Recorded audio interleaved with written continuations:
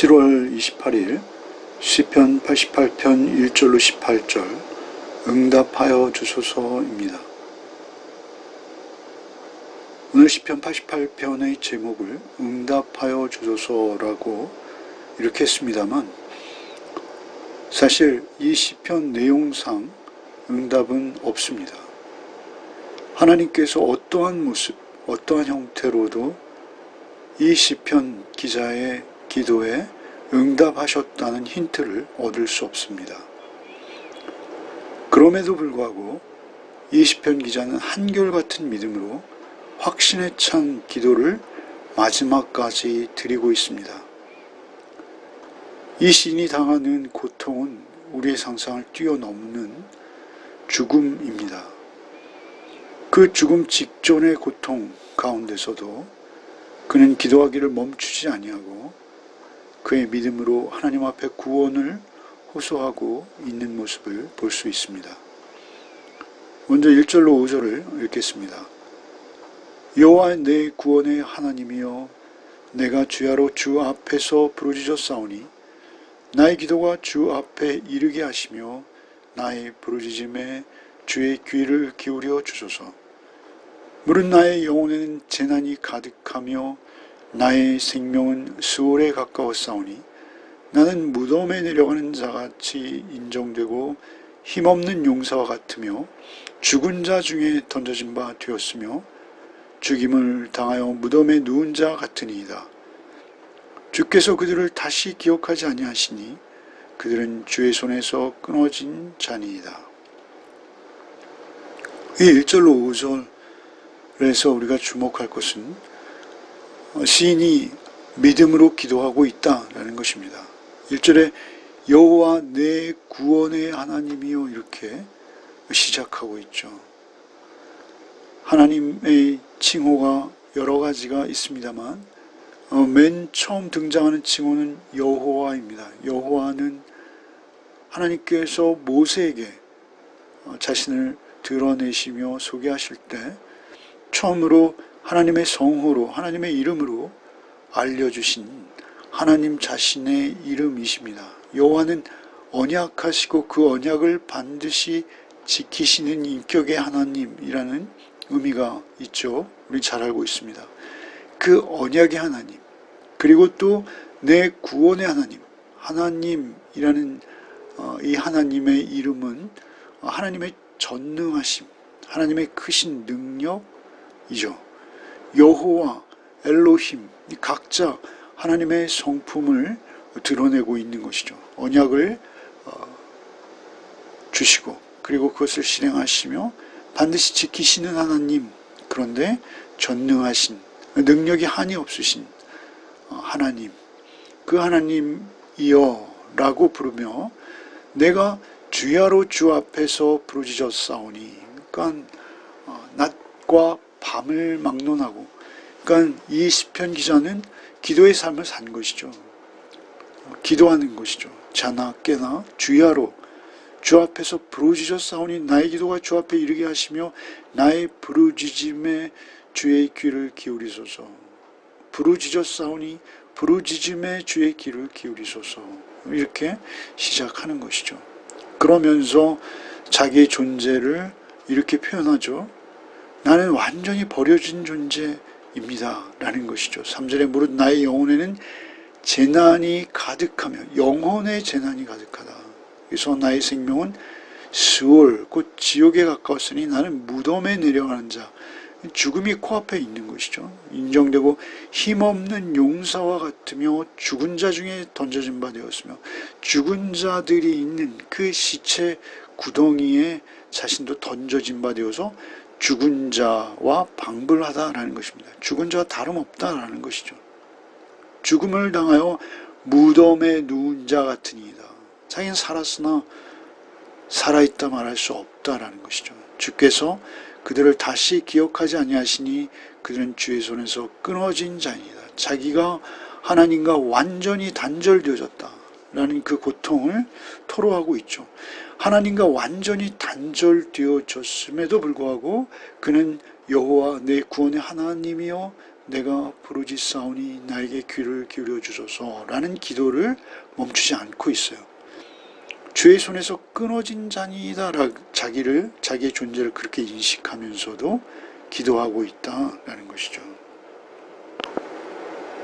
6절로 9절을 읽겠습니다.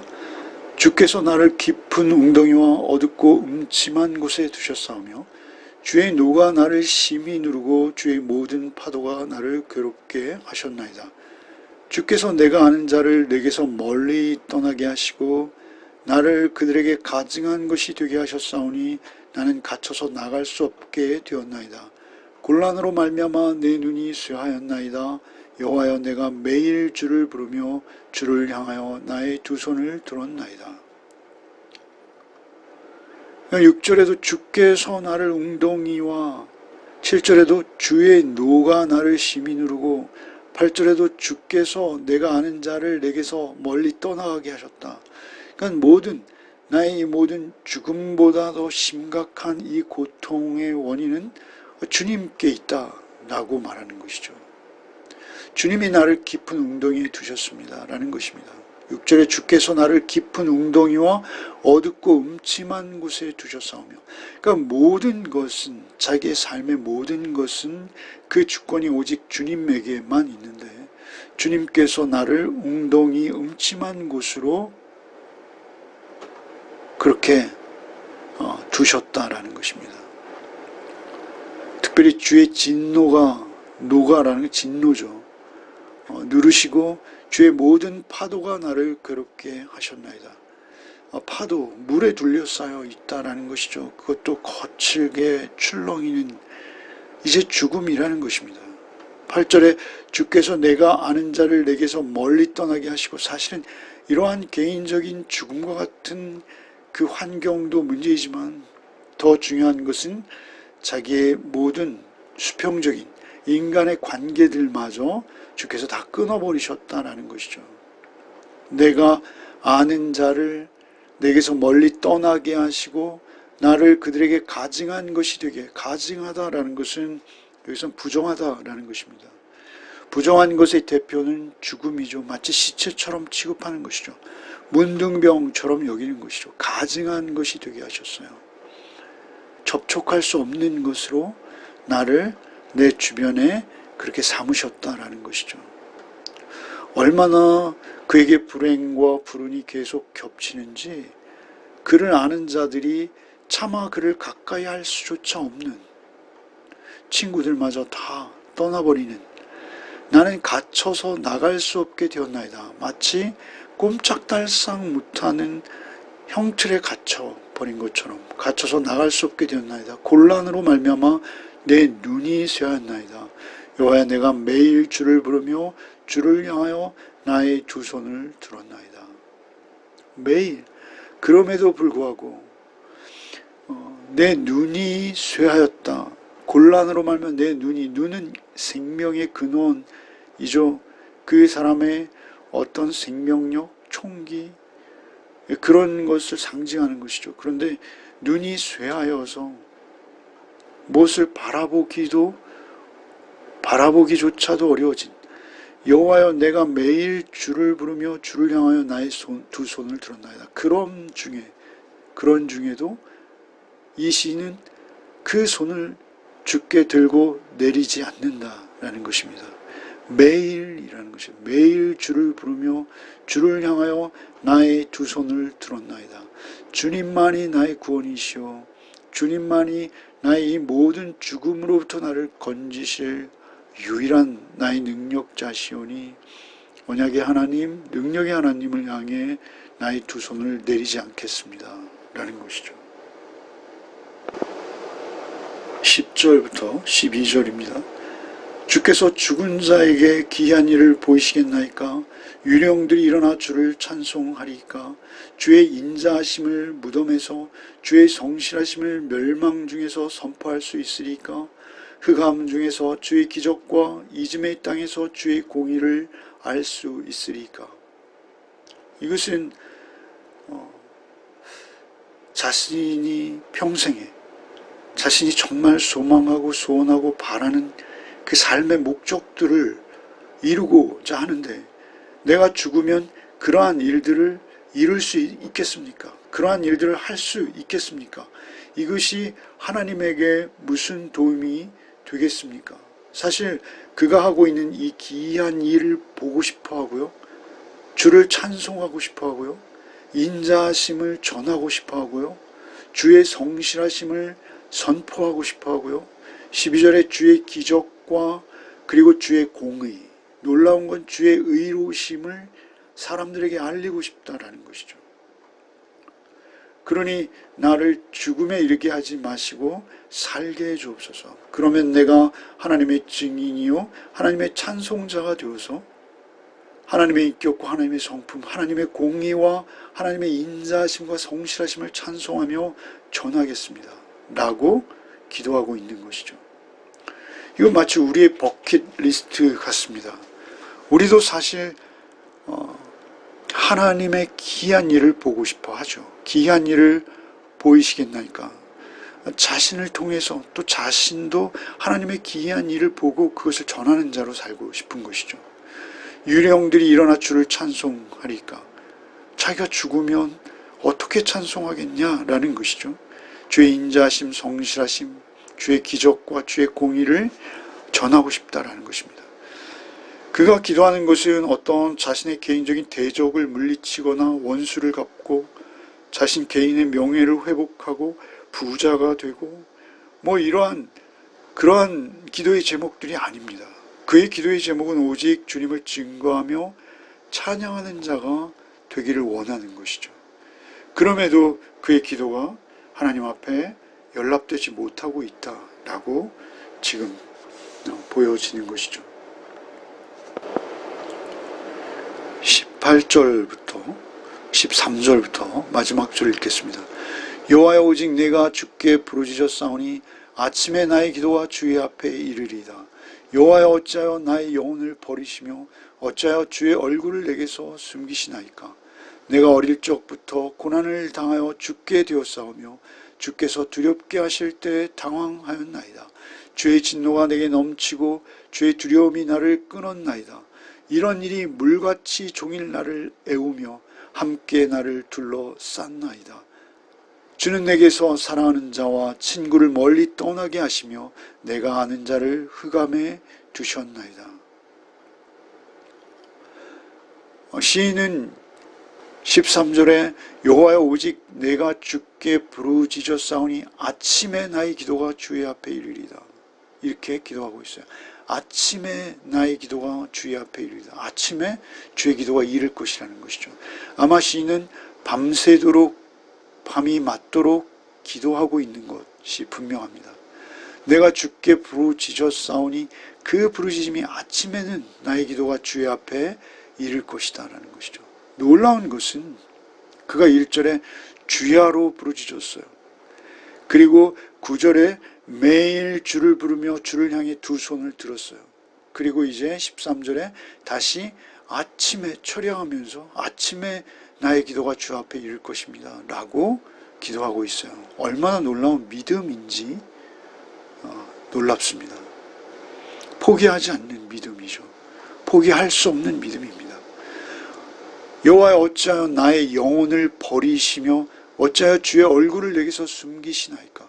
사실 우리의 기도의 모든 기도의 제목은 우리가 성령을 구하는 것입니다. 우리가 구하고 찾고 두드리는 것이 무엇입니까? 우리가 구원받은 자가 맞다면 우리는 하나님 임재를 구하는 것이죠. 주의 얼굴을 내게서 숨기시나이까. 이 시인은 지금 주의 얼굴이 보이지 않는 거예요. 가장 큰 고통이죠.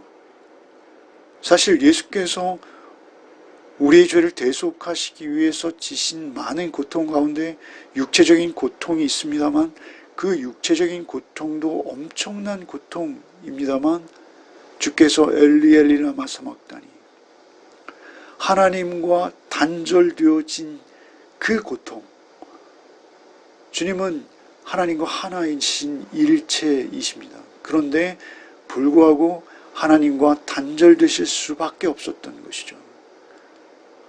주의 얼굴을 내게서 숨기시나이까. 이것이 이 시인의 가장 큰 괴로움입니다. 사실 주의 얼굴이 나에게 보이지 않을 때, 하나님의 임재를 내가 느끼지 못할 때 나의 주변도 다 끊어지고 또 주변도 상관없는 것이 되는 것이죠.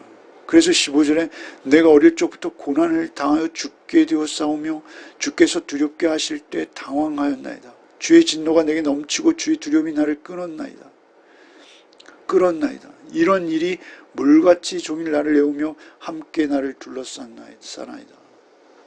주는 내게서 사랑하는 자 친구를 멀리 떠나게 하시며 내가 아는 자를 흑암에 두셨나. 아는 자들조차 흑암에 두셨다라고 지금 자신의 주변에 그 열악함, 그 저주스러운 상황을 하나님 앞에 토로하고 있는 것이죠.